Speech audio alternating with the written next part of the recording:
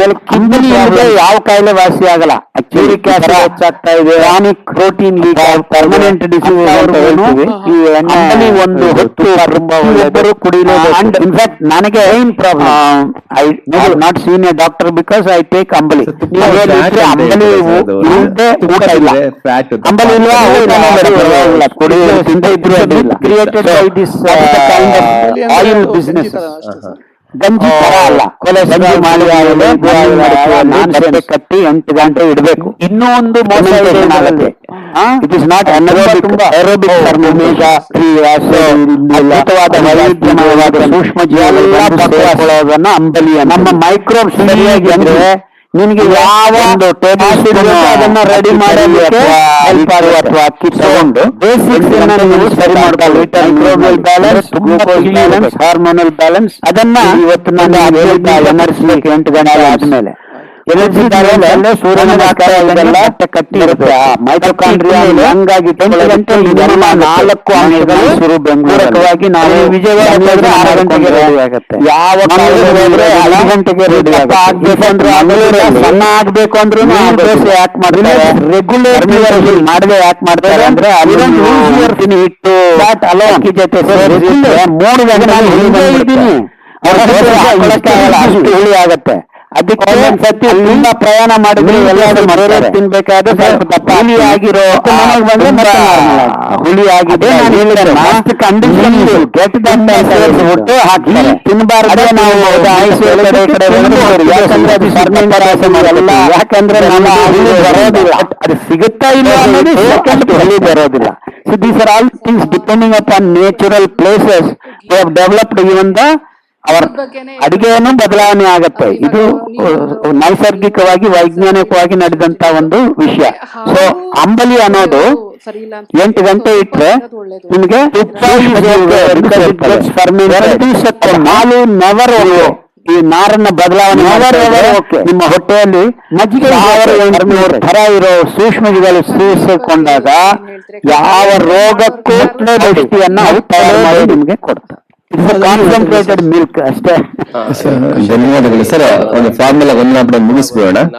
Last ಸಿರಿಧಾನ್ಯ ನಾಟಿವಾಸಿಗಳು ಬರೀ ಹಣ್ಣುಗಳು ಹಾಕೊಂಡಿರೋದಾದ್ರೆ ಆ ಹಾಲು ಹಣ್ಣುಗಳನ್ನು ತಿನ್ಕೊಂಡಿರೋದು ವಿಷಯ ಅಲ್ಲ. ಹಣ್ಣುಗಳನ್ನ ಬಸವಣ್ಣ ಶತಮಾನದಲ್ಲಿ ಯಾವಾಗಲೂ ಒಂದು ಹಣ್ಣನ್ನ ಸುಮ್ನೆ ಉಪವಾಸನೂ ಇರ್ಬೋದು.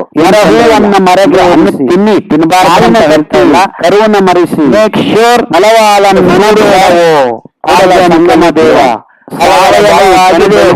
ಹಣ್ಣುಗಳನ್ನ ಎಷ್ಟಾದ್ರೂ ತಿನ್ನಿ ಊಟ ಮಾಡಿದ ಮೇಲೆ ಹೇಳಿದಾನೆ. ಹಲವರ ಅಂದ್ರೆ ಬಾಯಿ ಹುಣ್ಣು ಬರುತ್ತೆ ಅಂತ. ಬಾಯಿ ಹುಣ್ಣು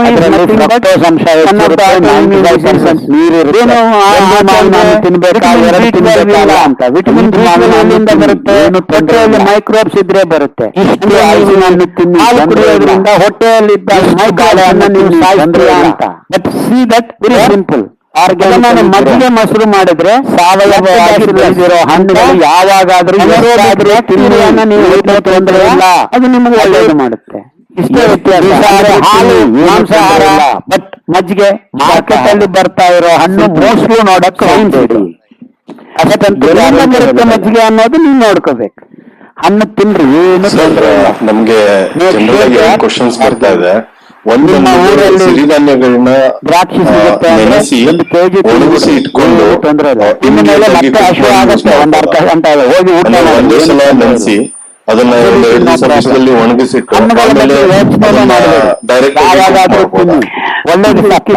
ಒಂದ್ಸತಿ ನೆನೆಸಿದ್ದು ಊಟ ಮಾಡಿದ ಮೇಲೆ ತಿನ್ನಿ. ಊಟ ಮಾಡಸಿದ್ರ ಅಂದ್ರೆ ಏನು ತೊಂದರೆ ಇಲ್ಲ. ಅದರಿಂದ ಇಲ್ಲಿ ನೆನೆಸಿದ್ರ ಅಂದ್ರೆ ಅದರಲ್ಲಿ ನೀರಿಲ್ಲ ಅಂತ ಆಯ್ತು ಅಲ್ವಾ? ತಾವು ತುಪ್ಪದ ವಿಷಯ ಹೇಳಿದ್ರಿ. ಮನೆಯಲ್ಲಿ ನೀರಿಲ್ಲ ಅಂದ್ಮೇಲೆ ಮತ್ತೆ ಅದನ್ನ ನೀವು ನೆನೆಸಲೇಬೇಕು. ಓಕೆ, ಮೇಬಿ ಪೂರ್ತಿ ನೀರು ಹೋಗಿರೋದಿಲ್ಲ. 8 hours you can soak 2 hours. ಅಷ್ಟು ಮಾಡ್ಬೇಕಾಗುತ್ತೆ. ತಯಾರು ಮಾಡ್ತಾರೆ ಸರ್, ಅವ್ರನ್ನ ಕೇಳ್ಬೇಕು. ನಾನು ಹೇಳಕ್ ಹೋದ್ರೆ ನನಗೆ ತೊಂದರೆ ಆಗುತ್ತೆ. ಅವರು ಆ ರೀತಿ ಅಲ್ಲ, ಅದು ತುಪ್ಪನೇ ಅಲ್ಲ. ಅಷ್ಟು ಮಾತ್ರ ಹೇಳ್ತೀನಿ.